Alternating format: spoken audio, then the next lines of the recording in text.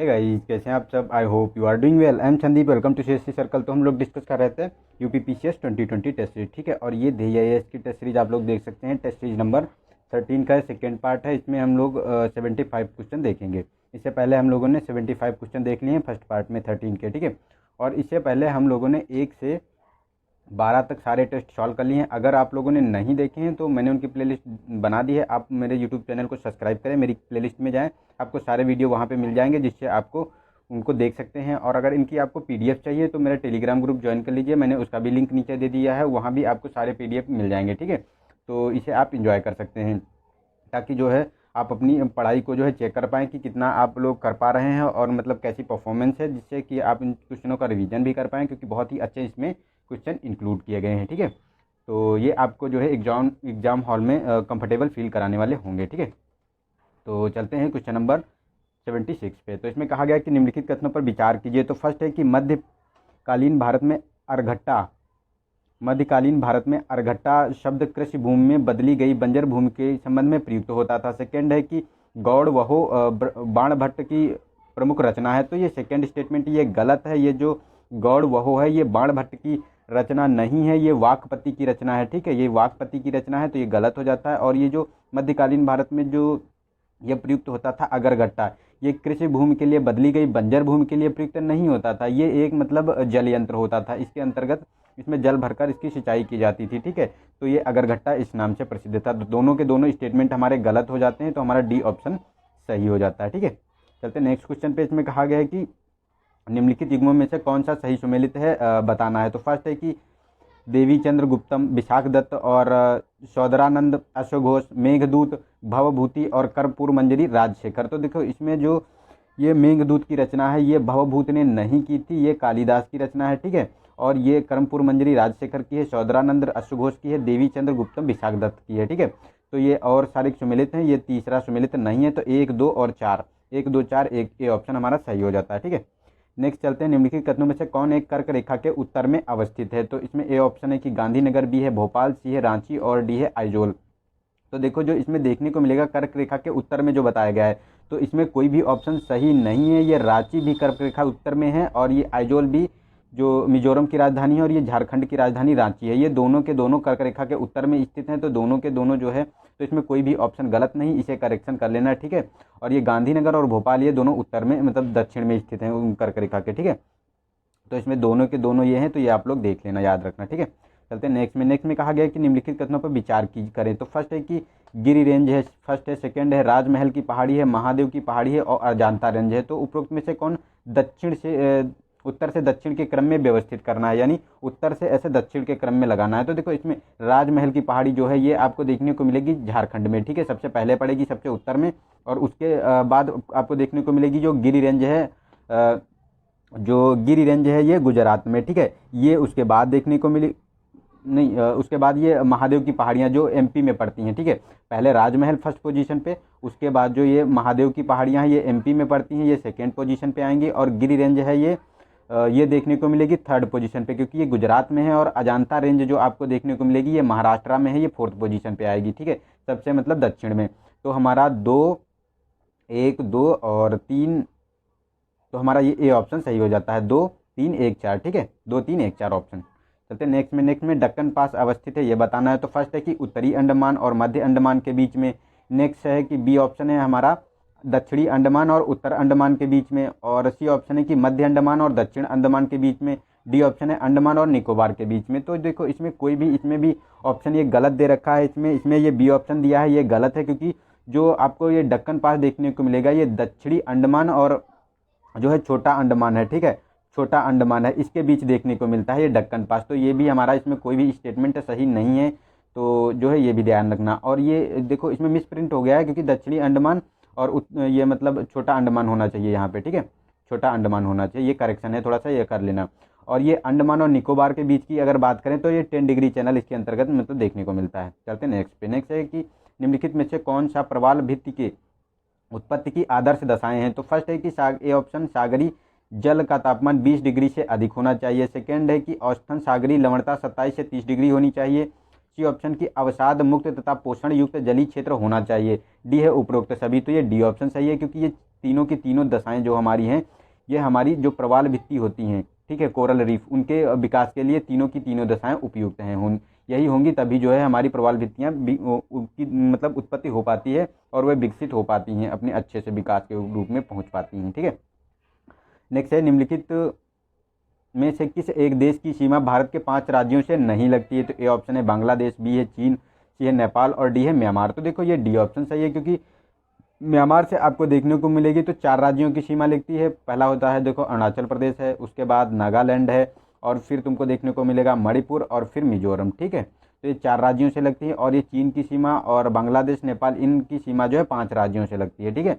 तो ये भी आप लोग ध्यान रखना। नेक्स्ट है कि दिए गए कूट की सहायता से उत्तर देना है, मतलब सूची 1 और सूची 2 को मिलान करना है। तो इसमें देखो राष्ट्रीय उद्यान दिए हुए हैं सूची 1 में, और सेकंड में राज्य दिए हुए हैं। तो फर्स्ट है कि एराकुलम राष्ट्रीय उद्यान, तो ये केरल में पड़ता है, ठीक है। और ये मन्नार की खाड़ी, ये तमिलनाडु में आपको देखने को मिलेगी। और सरिस्का जो वन राष्ट्रीय उद्यान है, ये राजस्थान में है। और पिन वैली जो देखने को मिलेगा राष्ट्रीय उद्यान, ये जो आपको देखने को मिलेगा, ये हिमाचल प्रदेश में है। तो हमारा 2 3 4 2 एक इसमें सही हो जाएगा 3 1 4 2, ठीक है। 3 1 4 2 डी ऑप्शन हमारा सही हो जाता है इसमें, ठीक है। नेक्स्ट है कि निम्नलिखित कथनों में से कौन सा एक असत्य है, ये बताना है। तो फर्स्ट है कि मालवा का पठार लावा निर्मित है, मालवा का पठार लावा से निर्मित है। और सेकेंड है कि पूर्वी तटीय मैदान पश्चिमी तटीय मैदान की अपेक्षाकृत कम चौड़ा है। थर्ड है, इसी ऑप्शन है कि भारत में मैदानी भाग नवीनतम परतदार चट्टानों से निर्मित है, इनमें से कोई नहीं। तो देखो ये बी ऑप्शन इसमें गलत है, क्योंकि जो ये कहा गया है कि पूर्वी तटीय मैदान पश्चिमी तटीय मैदान की अपेक्षाकृत कम चौड़ा है, तो नहीं, ये अधिक चौड़ा है, क्योंकि डेल्टाई नदियाँ जितनी भी हैं, ये डेल्टा जो है पूर्वी तट पर ही बनाती है। तो उसका जो है ये मतलब, और ये तमिलनाडु से वेस्ट बंगाल तक ये मतलब पूरा फैला हुआ है, ठीक है। तो ये इसका क्षेत्र मतलब तटीय क्षेत्र चौड़ा, ज़्यादा चौड़ा है, ठीक है। तो ये हमारा बी ऑप्शन इसमें गलत हो जाता है, ठीक है। और सारे के सारे चाहिए, क्योंकि भारत का नवीनतम जो भारत का मैदानी भाग है, ये नवीनतम परतदार चट्टानों से बना हुआ है, ठीक है। और मैदानी भाग और मालवा का पठार जो लावा से निर्मित है। नेक्स्ट चलते हैं कि 85 में कहा गया कि निम्नलिखित में से कौन सी नदियां भूटान से होकर बहती हैं। तो मतलब भूटान, कौन सी नदी भूटान से होकर बहती हैं, तो ये बताना है। तो ए ऑप्शन है मानस, बी है संकोश, और सी है तीस्ता, और डी है इनमें से कोई नहीं, ए और बी दोनों, ठीक है। तो इसमें जो ये देखने को मिलेगा मानस और ये संकोश, ये दोनों की दोनों आपको नदियां जो है भूटान से होकर बहती हैं। तो हमारा जो है डी ऑप्शन सही हो गया, ए और बी दोनों सही हैं, ठीक है। नेक्स्ट चलते हैं, निम्नलिखित में से किसी एक राज्य सरकार द्वारा सड़क के दोनों ओर औषधि मूल्यों वाले पौधों को रोपण करने के लिए हर्बल रोड प्रोजेक्ट लागू किया गया है। तो ये ऑप्शन है मध्य प्रदेश, बी है उड़ीसा, सी है उत्तर प्रदेश, और डी है उत्तराखंड। तो इसका सी ऑप्शन है कि जो रोड है, रोड के जो हाईवे है, नेशनल हाईवे, उसके 800 मीटर दोनों तरफ, ठीक है, 800 मीटर दोनों तरफ मतलब औषधि महत्व के पौधे लगाए जाएंगे। जैसे नीम का पौधा हो गया, ठीक है। ये नीम का पौधा क्या करता है, देखो कितनी फायदेमंद होता है कि हमारे ब्लड की सफाई करता है, हमारा इम्यून सिस्टम तगड़ा करता है, पेट की समस्याओं को दूर करता है, त्वचा संबंधी रोगों के लिए भी ये लाभदायक होता है, ठीक है। तो ये इसीलिए ऐसे ही पौधे लगाए जाएंगे, इसी को हर्बल प्रोजेक्ट के नाम से जाना जाता है, ठीक है। चलते हैं नेक्स्ट क्वेश्चन पे। नेक्स्ट है कि थियरी डेलापोर्ट हाल ही में भारत कि किस प्रमुख आईटी कंपनी के नए सीईओ नियुक्त किए गए हैं। तो फर्स्ट है कि विप्रो के, बी है इंफोसिस, सी है टीसीएस, और इनमें से कोई नहीं। तो ए ऑप्शन सही है, ये विप्रो के जो है थियरी डेलापोर्ट को नियुक्त किया गया है, इसके आईटी कंपनी सीईओ, ठीक है। नेक्स्ट है, हाल ही में राजेश गौड़ा का निधन हो गया, वे किस क्षेत्र से संबंधित थे। फर्स्ट है कि राजनीतिक, बी है पत्रकारिता, और सी है गीतकार, और डी है खेल से संबंधित, ठीक है। तो इसमें ये जो गीतकार से संबंधित, ये गीतकार थे, ठीक है। और इनका जो है 20 मई को इनका निधन हो गया था, और ये लखनऊ से संबंधित थे, ठीक है। इनका जन्म लखनऊ में हुआ था, इसीलिए ये बहुत ही इंपॉर्टेंट है, इनको आप लोग ध्यान रखना, पीसीएस ऐसे क्वेश्चन जरूर पूछता है, ठीक है। नेक्स्ट है, हाल ही में पुहहोन ज्वालामुखी को विश्व का सबसे गर्म और बड़ा ज्वालामुखी घोषित किया गया है। यह ज्वालामुखी स्थित है। तो फर्स्ट है कि सिसिली द्वीप इटली में, हवाई द्वीप यूएसए में, होन्शु जापान, और ग्रीनलैंड डेनमार्क। तो ये इसका बी ऑप्शन सही है, जो ये जापान का जो हवाई द्वीप है यूएसए का, ठीक है, यही इसी को सबसे विश्व का सबसे गर्म ज्वालामुखी नियुक्त की मतलब बताया घोषित किया गया है पुहहोन को। और ये मतलब ज्वालामुखी क्षेत्र मतलब बहुत ही सक्रिय ज्वालामुखी क्षेत्र भी है, ठीक है। नेक्स्ट चलते हैं 90 क्वेश्चन नंबर में। इसमें कहा गया कि हाल ही में द इकेबाल किताब का इंटरनेशनल संस्करण जारी किया गया, इसके लेखक या लेखिका कौन है। तो ए ऑप्शन है अरुंधति राय, बी है जेके रोलिंग, और सी है सलमान रश्दी, डी है डेविड एस मूर। तो इसका बी ऑप्शन सही है। जो जेके रॉलिंग है इन्होंने ही जो है इस किताब को लिखा है। इनकी एक इससे पहले जो है हैरी पॉटर जो जिस पर एक डॉक्यूमेंट्री भी बनी थी, ठीक है, वो पुस्तक भी इन्होंने ही लिखी थी। तो इसके बाद ये दूसरी पुस्तक लिख रही हैं जो भी बहुत चर्चा में है, ठीक है। नेक्स्ट है कि निम्नलिखित में से किस भारतीय महिला सैन्य अधिकारी को वर्ष 2019 में UN military gender advocate of the year award के लिए प्रदान किए जाने की घोषणा की है। तो फर्स्ट है मेजर निधि राजपूत, मेजर सुधा अय्यर, सी ऑप्शन है मेजर सुमन गवानी और डी ऑप्शन है मेजर अर्पणा मलिक। तो इसका देखो सी ऑप्शन सही है। जो मेजर सुमन गवानी है, ठीक है, इन्हीं को चुना गया है इसके लिए UN military gender advocate of the year award के लिए, ठीक है, क्योंकि ये एक पहली भारतीय महिला हैं, ठीक है, जिनको ये दिया जा रहा है। पहली भारतीय महिला पुरस्कार पाने वाली हैं जो शांति दूत पुरस्कार ये प्राप्त करेंगे, ठीक है। तो सी ऑप्शन इसका सही हो जाता है। नेक्स्ट है कि निम्नलिखित में से किस राज्य सरकार द्वारा राज्य स्वास्थ्य रजिस्टर परियोजना लागू करने की घोषणा की गई है। तो फर्स्ट है कर्नाटक, सेकेंड है बी केरल, सी है तमिलनाडु और डी है पश्चिम बंगाल। तो ए ऑप्शन सही है। ये कर्नाटक ने जो है सभी राज्य के जितने भी राज्य के लोग हैं उनका एक मतलब स्वास्थ्य डेटा बनाने की बात की है, उसी के अंतर्गत है ये। नेक्स्ट है कि एस्ले जॉन कपूर का हाल ही में निधन हो गया। इस संबंध में वो कौन सा कथन सत्य है। तो फर्स्ट है वे ऑस्ट्रेलिया के महान टेनिस खिलाड़ी थे। वर्ष 1991 में उन्हें हॉल ऑफ फेम में सम्मिलित किया गया था। तो दोनों के दोनों स्टेटमेंट सही हैं ये, तो हमारा सी ऑप्शन सही हो जाता है, ठीक है। नेक्स्ट है कि निम्नलिखित में से किस तिथि को अंतर्राष्ट्रीय जैव विविधता दिवस घोषित किया गया है। तो 20 मई को, 21 मई को, सी ऑप्शन 18 मई और 22 मई को। तो इसका डी ऑप्शन सही है। जो ये 22 मई को है इसी को जो है अंतर्राष्ट्रीय जैव विविधता दिवस के रूप में मनाया गया है। और इसकी 2000 की थीम की बात करें तो थीम है इसकी our solution are in nature, मतलब हमारा समाधान प्रकृति में निहित है, ठीक है, ये इसकी थीम है 2020 की। नेक्स्ट है कि निम्नलिखित में से किस राज्य सरकार द्वारा राज्य से गुजरने वाले प्रवासी श्रमिकों हेतु चरण पादुका अभियान शुरू किया गया है। तो देखो इसमें ए ऑप्शन है कि छत्तीसगढ़, गुजरात, बी है सी है मध्य प्रदेश, डी है उत्तर प्रदेश। तो ये सी ऑप्शन सही है। ये जो प्रवासी श्रमिक हैं जितने मध्य प्रदेश से गुजर रहे हैं उन्हें जूता और चप्पल ये मध्य प्रदेश सरकार प्रोवाइड करा रही है चरण पादुका योजना के अंतर्गत, ठीक है। नेक्स्ट चलते हैं कि आत्मनिर्भर भारत अभियान के अंतर्गत रोजगार को बढ़ावा देने के लिए मनरेगा के लिए आवंटन में कितने हजार करोड़ रुपए की वृद्धि की गई है। तो ए ऑप्शन है 30,000 करोड़ रुपए, 40,000 करोड़ रुपए, सी है 50,000 करोड़ रुपए और डी है कि 60,000 करोड़ रुपए। तो इसका बी ऑप्शन सही है। 40,000 करोड़ रुपए इसके लिए बढ़ाए गए हैं। और जो है मजदूरी भी इसके अंतर्गत जो है आत्मनिर्भर के अंतर्गत 20 रुपये प्रति कार्ड के हिसाब से, मतलब प्रति व्यक्ति के हिसाब से मजदूरी भी बढ़ाई गई है। अब इस समय 202 रुपये जो है मजदूरी हो गई है जो मनरेगा के अंतर्गत रोजगार दिया जाता है, ठीक है। नेक्स्ट है थॉमस थबेन ने हाल ही में प्रधानमंत्री पद से इस्तीफा दे दिया। वे किस देश के प्रधानमंत्री थे। तो A option Zambia, B Fiji, C Guatemala और डी लेसोथो। तो इसका डी ऑप्शन है। ये लेसोथो के प्रधानमंत्री थे, इन्होंने इस्तीफा दे दिया है। और ये लेसोथो जो है ये दक्षिण अफ्रीका की एक कंट्री है, ठीक है, लैंडलॉक कंट्री है दक्षिण अफ्रीका के अंतर्गत। ये मतलब उसी के अंतर्गत ये मतलब दक्षिण अफ्रीका में ये यहाँ पे उसके लैंड के अंदर ये स्थित है, ठीक है। और इसकी राजधानी की बात करें तो ये मेसोक इसकी राजधानी है, ठीक है। नेक्स्ट है कि हाल ही में केंद्रीय सड़क परिवहन और राज्य मंत्री नितिन गडकरी द्वारा चार धाम परियोजना के द्वारा चंबा टनल के बैक थ्रू इवेंट का उद्घाटन किया गया। चंबा टनल स्थित है तो उत्तराखंड में, बी ऑप्शन हिमाचल प्रदेश, सी जम्मू कश्मीर, डी इनमें से कोई नहीं। तो ये ए ऑप्शन सही है कि उत्तराखंड में इस चार धाम परियोजना का उद्घाटन किया गया है, ठीक है, ये उत्तराखंड में स्थित है। नेक्स्ट है कि खेल उद्योग में निवेश को आकर्षित करने के लिए किस राज्य सरकार ने हाल ही में खेल को औद्योगिक दर्जा प्रदान किया है। तो ए ऑप्शन है अरुणाचल प्रदेश, बी है केरल, सी है मिजोरम और डी है मणिपुर। तो इसका सी ऑप्शन है जो मिजोरम है, ठीक है, इसी ने जो है खेल उद्योग को निवेश करने के लिए औद्योगिक दर्जा, इसमें निवेश को आकर्षित करने के लिए औद्योगिक दर्जा प्रदान किया है, ठीक। नेक्स्ट है कि 100 क्वेश्चन नंबर इसमें कहा गया कि विश्व इस्पात संघ द्वारा हाल ही में जारी वर्ल्ड स्टील रिपोर्ट की अनुसार भारत में इस्पात उत्पादन में कितने प्रतिशत की गिरावट आई है। तो ए ऑप्शन 50%, 60%, 65% या 70%। तो इसका सी ऑप्शन सही है, 65% जो है इसमें गिरावट आई है, ठीक है, भारत के स्टील उत्पादन में। नेक्स्ट है उत्तर प्रदेश के निम्नलिखित जनपदों में किसमें बोक्सा जनजाति पाई जाती है। तो ए ऑप्शन है बहराइच लखीमपुर में, ठीक है, बी है बिजनौर और आगरा में, सी है मिजोरम और मिर्ज़ापुर और सोनभद्र में, डी है कि ललितपुर और जालौन में। तो ये बी ऑप्शन सही है, जो बिजनौर और आगरा है, ठीक है, यहीं पे पाई जाती है बोक्सा जनजाति उत्तर प्रदेश में। नेक्स्ट है कि बहमनी राज्य की स्थापना वर्ष व प्रथम राजधानी क्रमशः थे।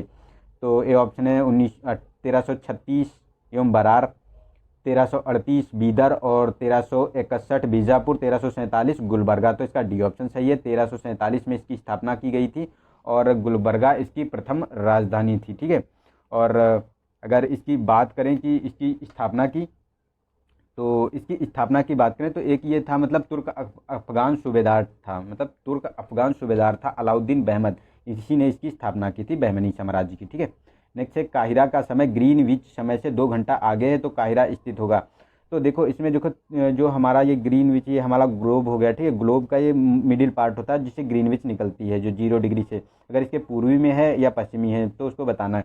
तो इसको 360 से हम डिवाइड कर देते हैं, क्योंकि पूरे जो इसका मान होता है 360 को अगर 24 से हम डिवाइड करते हैं तो देखो ये 9 90 आ गया, 6 छाक 36 60 आ गया, और यहाँ 6 चौक 24, फिर 4 को अगर करेंगे तो 15 डिग्री। मतलब 1 घंटे का मतलब समय तय करने के लिए 15 डिग्री का जो हमको देशांतर को तय करने के लिए 1 घंटे का समय लगता है। तो 30 डिग्री मतलब 2 घंटे के लिए 30 डिग्री। ठीक है, तो 30 डिग्री ये पूर्वी है, ग्रीनविच से आगे है बता रहा है ना, तो ये पूर्वी होगा, और पीछे होता तो पश्चिमी होगा। तो हमारा जो है बी ऑप्शन सही हो जाता है। 30 डिग्री पूर्वी देशांतर पर स्थित है काहिरा। ठीक है, मिस्र की राजधानी।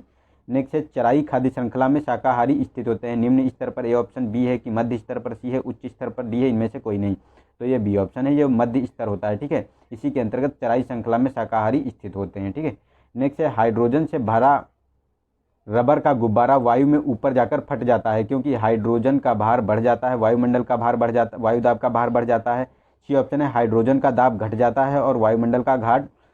डी ऑप्शन है वायु दाब घट जाता है। तो इसका डी ऑप्शन सही है, क्योंकि जो ऊपर जब ऊंचाई पर जाने पे वायु का दाब घटता है वहाँ पे। ठीक है, तो इसीलिए गुब्बारा फट जाता है, क्योंकि जो वायु भरी होती है गुब्बारे में उसका जो है दाब वायुमंडलीय दाब से ज़्यादा हो जाता है, इसीलिए ऐसा होता है। ठीक है, नेक्स्ट है निम्नलिखित में से कौन एक एंटी फ्रीजिंग के रूप में प्रयोग किया जाता है। तो ए ऑप्शन है आइसोप्रोपाइल एल्कोहल, बी है मिथाइल एल्कोहल, सी है एसीटोन, डी है फार्मेल्डिहाइड। तो इसका बी ऑप्शन सही है, जो मिथाइल एल्कोहल है यही जो है प्रयोग होती है एंटी फ्रीज के रूप में। नेक्स्ट है कि 107 पर्यावरण संरक्षण अधिनियम 1986 के संबंध में निम्नलिखित कथनों पर विचार करना है। तो फर्स्ट है कि अधिनियम को 1972 के स्टॉकहोम कॉन्फ्रेंस को लागू करने के पास किया गया था। सेकेंड है यह कानून स्वैच्छिक है, इसके तहत दंड का प्रावधान नहीं है। तो देखो ये स्वैच्छिक तो है, लेकिन इसके अंतर्गत स्वच्छ का मतलब दंड का प्रावधान किया गया है। अगर पर्यावरण अधिनियम संरक्षण अधिनियम के नियमों का उल्लंघन होगा तो उसके दंड के लिए प्रावधान किया गया है। ठीक है, तो इसमें पूछा गया है सही, तो ए ऑप्शन हमारा सही हो जाता है, केवल 1 सेकेंड हमारा गलत है। नेक्स्ट है कि निम्नलिखित युग्मों में से कौन सा सही सुमेलित नहीं है, ये बताना है। तो फर्स्ट है गहन पारिस्थितिकी आर्जिनेंस, सेकेंड बी है कि पारिस्थितिकी तंत्र एजी टांसले, और सी ऑप्शन है पारिस्थितिकी तो जी टेलर, और डी ऑप्शन है कि पारिस्थितिकी नीचे तो ग्रीनल। तो इसमें देखो ये सी ऑप्शन गलत है, क्योंकि पारिस्थितिकी का जो शब्द था ये टेलर ने नहीं दिया था, जो इसका आपको देखने को मिले था। जो पारिस्थितिकी का शब्द था इसको हैकल ने इस शब्द को दिया था। ठीक है, ना कि जी टेलर ने। और पारिस्थितिकी नीचे ग्रीनेल ने, और गहन पारिस्थितिकी आर्जिनेस, पारिस्थितिकी तंत्र जो है ट्रांसले ने इसकी परिभाषा दी थी। ठीक है, तो हमारा सी ऑप्शन इसका सही हो जाता है। नेक्स्ट है कि निम्नलिखित कथनों पर विचार कीजिए, दिए गए कूट की सहायता से उत्तर बताना है। तो ए है कि घेंघा रोग पहाड़ी क्षेत्रों के व्यक्तियों में अधिक दिखाई पड़ता है। सेकेंड है पहाड़ी क्षेत्र की मिट्टी तथा जल में आयोडीन का अभाव होता है। तो ए और आर दोनों सही हैं और स्टेटमेंट की व्याख्या भी करते हैं। ठीक है, तो ए ऑप्शन इसका सही हो जाता है, क्योंकि पहाड़ी क्षेत्र में आयोडीन और की मात्रा कम होती है, इसीलिए ऐसा होता है।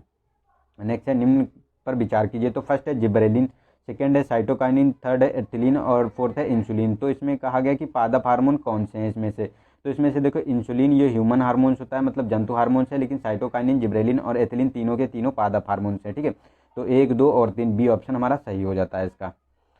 नेक्स्ट है सार्वजनिक उद्यमों में विनिवेश प्रारंभ हुआ था 1990 से 91 में, बी ऑप्शन 1991 से 92 में, सी है 1992 93 या 1993 94। तो इसका बी ऑप्शन सही है, ये 1991 से 92 में प्रारंभ हुआ था, जो एलपीजी रिफॉर्म आया था। ठीक है, मतलब एलपीजी जो रिफॉर्म देखने को मिले था, लिबरलाइजेशन, प्राइवेटाइजेशन और मतलब ग्लोबलाइजेशन वाला जो कॉन्सेप्ट आया था, मतलब ओपन इकोनॉमी आई थी, उसी के अंतर्गत ये विनिवेश उद्यमों में प्रारंभ हुआ था। ठीक है, नेक्स्ट है कि सार्वजनिक वितरण प्रणाली को अपनाए जाने और सुरक्षित भंडार के निर्माण के लिए जिन कीमतों पर सरकार खाद्यान्न खरीदती है वे कहलाती हैं। तो न्यूनतम समर्थन कीमतें, वसूली कीमतें या बाजार कीमतें, या डी ऑप्शन है परसिमन कीमतें। तो ये बी ऑप्शन सही है, जो ये मतलब प्रोक्योरमेंट प्राइस होता है, यानी वसूली कीमतों पर जो है सरकार खरीदती है अनाज को। नेक्स्ट है हमारा, निम्नलिखित कथनों पर विचार कीजिए, दिए गए कूट की सहायता से उत्तर बताना है। तो फर्स्ट है, मुद्रा का अवमूल्यन निर्यातों को बढ़ाने के लिए किया जाता है। सेकंड है, विदेशी बाजार में घरेलू वस्तुएं महंगी हो जाती है। तो ये गलत है, क्योंकि जो निर्यात को बढ़ाने के लिए किया जाता है तो मतलब सस्ती हो जाती हैं, तो महंगी थोड़ी होती हैं। और चाइना हमेशा ऐसी पॉलिसी अपनाता है क्योंकि वो मुद्रा का अवमूल्यन कर देता है ताकि वस्तुओं का एक्सपोर्ट ज़्यादा से ज़्यादा हो सके। ठीक है, तो हमारा सी ऑप्शन सही हो जाता है, ए सही है, परंतु आर गलत है इसमें। नेक्स्ट है, निम्नलिखित कथनों पर विचार करना है। तो फर्स्ट है, हस्तांतरण आय यानी ट्रांसफर इनकम और विदेशियों से प्राप्त उपहार पूंजीगत लाभ। ठीक है, तो उपयुक्त में से राष्ट्रीय आय में सम्मिलित नहीं किया जाता है। तो ये तीनों के तीनों को राष्ट्रीय आय में सम्मिलित नहीं किया जाता है, तो ये सी ऑप्शन हमारा सही हो जाता है। ठीक है, नेक्स्ट है, भारत में माइक्रो क्रेडिट का संबंध किस एक श्रेणी से है। तो फर्स्ट है, वाणिज्यिक बैंकिंग से, बी ऑप्शन है कि सहकारी बैंकों से, सी है प्राइवेट बैंकों से, डी है गैर बैंकिंग वित्त से। तो इसका डी ऑप्शन है, जो ये नॉन बैंकिंग फाइनेंस होता है इन्हीं से संबंधित होता है माइक्रो क्रेडिट, यही प्रोवाइड कराते हैं माइक्रो क्रेडिट। ठीक है, नेक्स्ट है कि प्रिंसिपल ऑफ इकोनॉमिक्स पुस्तक के लेखक हैं। तो फर्स्ट है एडम स्मिथ, बी है कीन्स और सी है मार्शल, डी है अमर्त्य सेन। तो इसका सी ऑप्शन है, जो प्रिंसिपल ऑफ इकोनॉमिक्स है। ठीक है, इसकी रचना जो पुस्तक की रचना की थी मार्शल ने की थी। नेक्स्ट है, निम्नलिखित कथनों में से कौन सा सही नहीं है ये बताना है। तो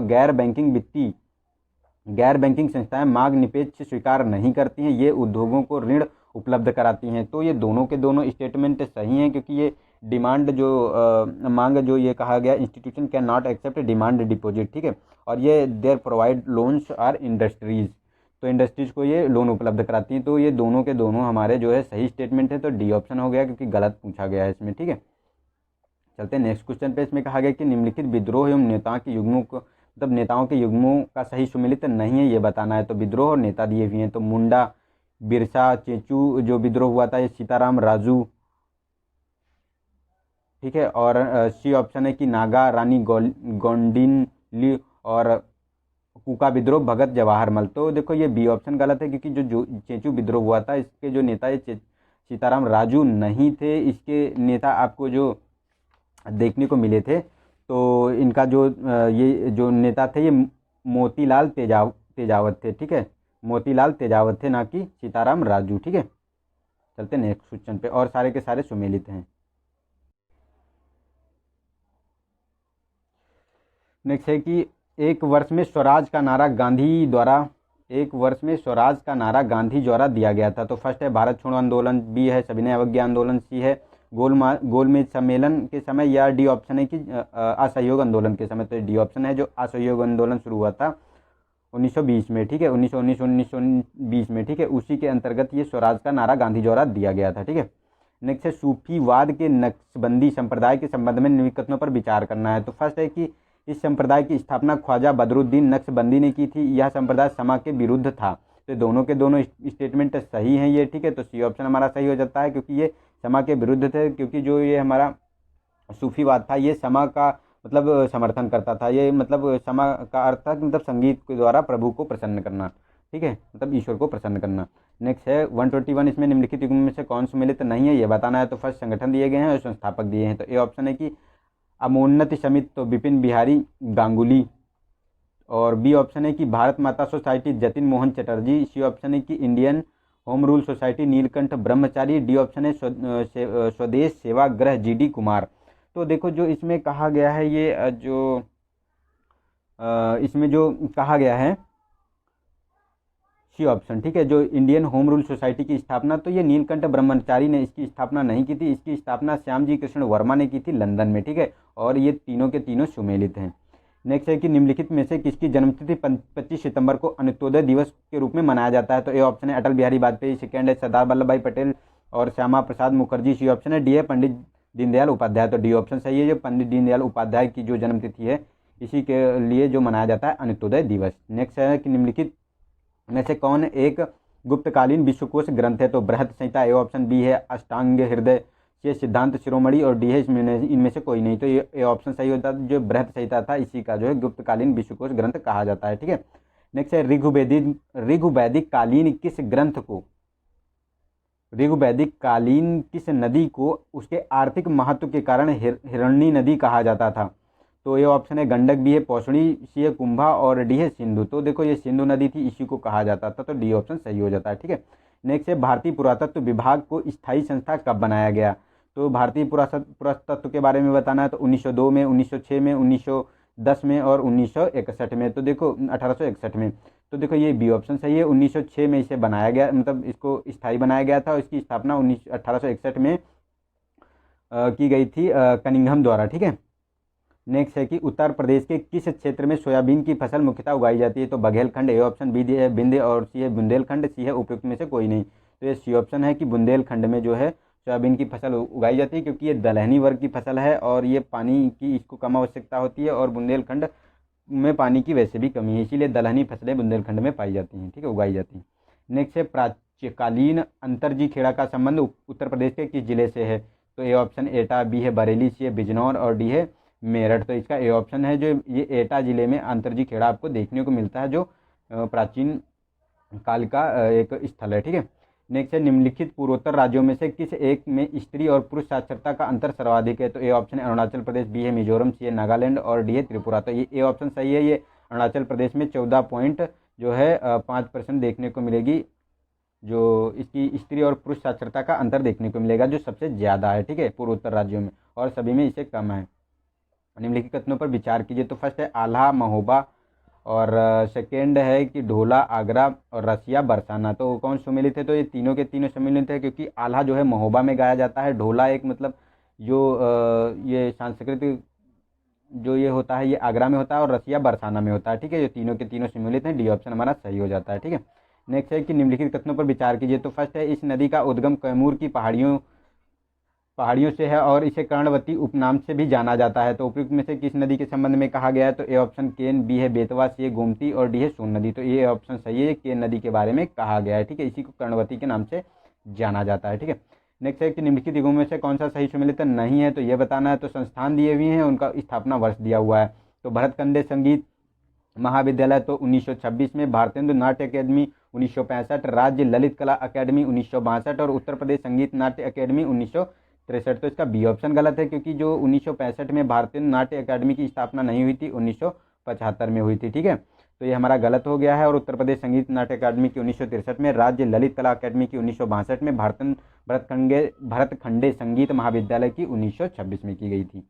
नेक्स्ट है कि 2001 से 11 के दशक में निम्नलिखित धर्मों में से किस एक में लिंगानुपात में तुलनात्मक रूप से सर्वाधिक वृद्धि हुई है। तो फर्स्ट है ईसाइयों में, मुस्लिमों में, हिंदुओं में या फिर सिखों में। तो ये बी ऑप्शन सही है, जो मुस्लिम थे इनमें सर्वाधिक वृद्धि हुई है लिंगानुपात में। नेक्स्ट है उत्तर प्रदेश के किस एक नगर का प्राचीन नाम अयोध्या है। तो कन्नौज का, बी है उन्नाव का, सी है अयोध्या का और डी है सिद्धार्थनगर का। तो ये सी ऑप्शन सही है, ये अयोध्या का जो देखने को मिलेगा ये नाम है। ठीक है, अयोध्या। नेक्स्ट है कि निम्नलिखित कितनों में से किस अनुच्छेद के तहत उल्लिखित है कि राज्य सहकारी समितियों के ऐच्छिक गठन और लोकतांत्रिक नियंत्रण में अभिवृद्धि करने का प्रयास करेगा। तो अनुच्छेद 39 का, अनुच्छेद 48 का, सी है अनुच्छेद 43 का और अनुच्छेद 43 खा। तो इसका डी ऑप्शन सही है, अनुच्छेद 43 खा जो है इसके अंतर्गत जो है राज्य सहकारी समितियों का गठन किया जा सकता है। ठीक है, नेक्स्ट है कि आपातकाल में राज्य विधानसभा का कार्यकाल बढ़ाया जा सकता है। तो राज्य विधानमंडल द्वारा, राज्यपाल द्वारा, भारत के राष्ट्रपति द्वारा, संसद द्वारा। तो इसका डी ऑप्शन सही है, संसद द्वारा जो है बढ़ाया जा सकता है। ठीक है, और ये एक बार में 1 वर्ष और मैक्सिमम 3 वर्ष तक बढ़ाया जा सकता है।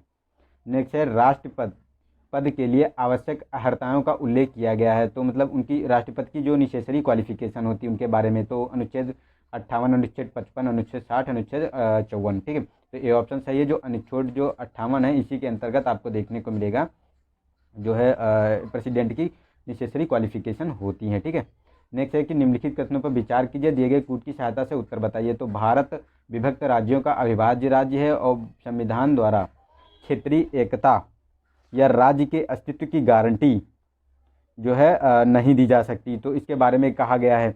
तो देखो ये दोनों के दोनों स्टेटमेंट सही हैं और आर ए की व्याख्या भी करता है, क्योंकि जो है क्षेत्रीय एकता या राज्य की अस्तित्व की गारंटी नहीं दी जा सकती, उसमें बदलाव किया जा सकता है भारत की संसद द्वारा। ठीक है, विधि बनाकर। तो ए ऑप्शन सही हो गया इसका।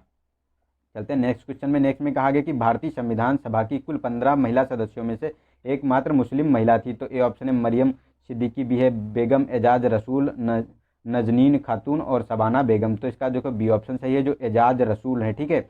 ये ही मतलब एक मात्र मुस्लिम महिला थी जो संविधान सभा में जो 15 महिलाएं थी उसमें थी, ठीक है। नेक्स्ट है कि राष्ट्रपति द्वारा अध्यादेश लाए जाने की शक्ति के संदर्भ में निम्नलिखित में से कौन सा कथन सही नहीं है, ये बताना है। तो यह संसद की विधायी शक्ति के साथ जुड़ा हुआ है। अनुच्छेद 133 में इसका उल्लेख किया गया है, 23 में इसका उल्लेख किया गया है। और सी ऑप्शन है कि संसद के दोबारा शुरू होने की तिथि से 6 सप्ताह के बाद निष्प्रभावी हो जाएगा। और डी ऑप्शन है राष्ट्रपति द्वारा कभी वापस नहीं लिया जा सकता। तो ये गलत है, ये मंत्रिमंडल की सलाह पर राष्ट्रपति द्वारा वापस लिया जा सकता है। तो यही हमारा गलत हो गया, तो ये सही है डी ऑप्शन। और सारे के सारे स्टेटमेंट अध्यादेश के बारे में, राष्ट्रपति के बारे में सही है, ठीक है। नेक्स्ट है कि निम्नलिखित में से किसकी सिफारिश के बिना अनुदान की मांग नहीं की जा सकती। तो ए ऑप्शन है प्रधानमंत्री, राष्ट्रपति, सी ऑप्शन है कि वित्त मंत्री, और डी है नियंत्रक एवं लेखा परीक्षक। तो इसका देखो सी ऑप्शन सही है, जो ये राष्ट्रपति होता है इसके बिना किसी अनुदान की मांग की अनुमति नहीं दी जा सकती, ठीक है। नेक्स्ट है राष्ट्रीय एड्स शोध संस्थान कहाँ अवस्थित है। तो नई दिल्ली, चेन्नई, हैदराबाद, पुणे। तो इसका डी ऑप्शन सही है, पुणे में स्थित है, ठीक है। और इसकी स्थापना जो आपकी बात करें तो 1992 में इसकी स्थापना की गई थी। नेक्स्ट है सन 1939 में निम्नलिखित में से कौन व्यक्ति all India state people conference का अध्यक्ष था। तो महात्मा गांधी, जवाहरलाल नेहरू, सुभाष चंद्र बोस या सरदार वल्लभ भाई पटेल। तो इसका बी ऑप्शन सही है, जो ये जवाहरलाल नेहरू थे, ठीक है, वही इसके जो है अध्यक्ष थे 1939 में। और इसकी स्थापना 1927 में की गई थी, जो देशी रियासतों में आम लोगों की जो जागरूकता के चलते इसकी स्थापना की गई थी, ठीक है।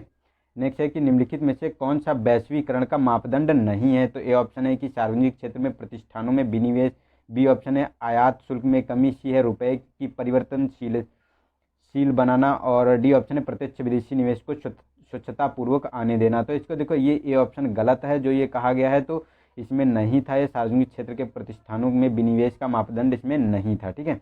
और सारे के सारे सही हैं। नेक्स्ट है कि निम्नलिखित सागरों में किसमें न्यूनतम लवणता पाई जाती है। तो ए ऑप्शन बाल्टिक सागर, बी है लाल सागर, सी है भूमध्य सागर, और डी है काला सागर। तो इसका ए ऑप्शन सही है, ये बाल्टिक सागर है, इसमें जो है 11% लवणता पाई जाती है। और इससे कम जो है बोथनिया की खाड़ी में 2% लवणता पाई जाती है, क्योंकि इस क्षेत्र में तापमान कम होता है, इसीलिए वाष्पोत्सर्जन कम होता है, इसी से जो है लवणता कम यहाँ देखी जाती है, ठीक है। और जहाँ वाष्पोत्सर्जन ज़्यादा होता है वहाँ लवणता ज़्यादा होती है, ठीक है।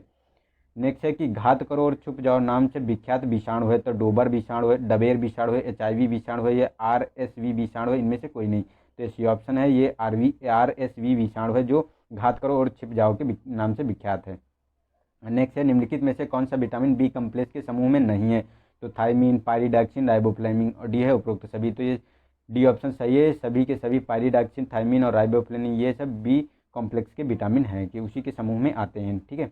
नेक्स्ट है कि लखनऊ योजना का संबंध है। तो फर्स्ट है कि विद्युत के विकास से, आवास के विकास से, सड़क के विकास से, स्वास्थ्य के विकास से। तो देखो ये सी ऑप्शन सही है, जो विद्युत विकास से संबंधित है सड़क योजना, ठीक है। क्योंकि इसकी स्थापना जो आपको जो सड़क के विकास से संबंधित है ये लखनऊ योजना, और इसकी स्थापना 1981 में हुई थी, ताकि सड़कों का विकास हो सके अच्छे से, ठीक है।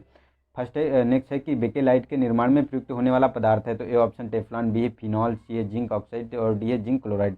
तो इसका बी ऑप्शन सही है, ये जो ये फिनॉल है, ठीक है, इसी का बेकेलाइट के निर्माण में किया जाता है प्रयोग। नेक्स्ट है कि निम्नलिखित में से कौन एक बहुलक है जो बुलेट प्रूफ जैकेट के निर्माण में प्रयुक्त होता है। तो रेयान है, डेक्रान है, गनमेटन है, केवलर है। तो इसका डी ऑप्शन सही है, जो ये केवलर है इसी का प्रयोग होता है बुलेट प्रूफ जैकेट में, ठीक है।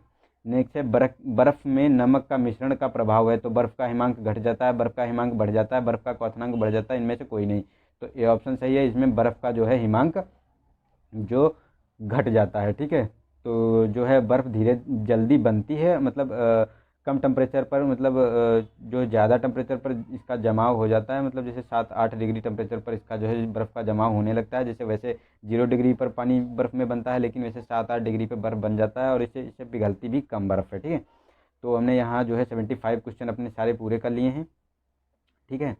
और अगर वीडियो पसंद आया हो तो लाइक कीजिए और दोस्तों को शेयर कीजिए, और अगर सब्सक्राइब नहीं किया है तो इसे आप सब्सक्राइब करके बेल आइकन पे प्रेस कर लीजिए, ताकि मैं जो भी वीडियो डालूं आपको उसका तुरंत वीडियो मतलब नोटिफिकेशन मिल जाए, ठीक है।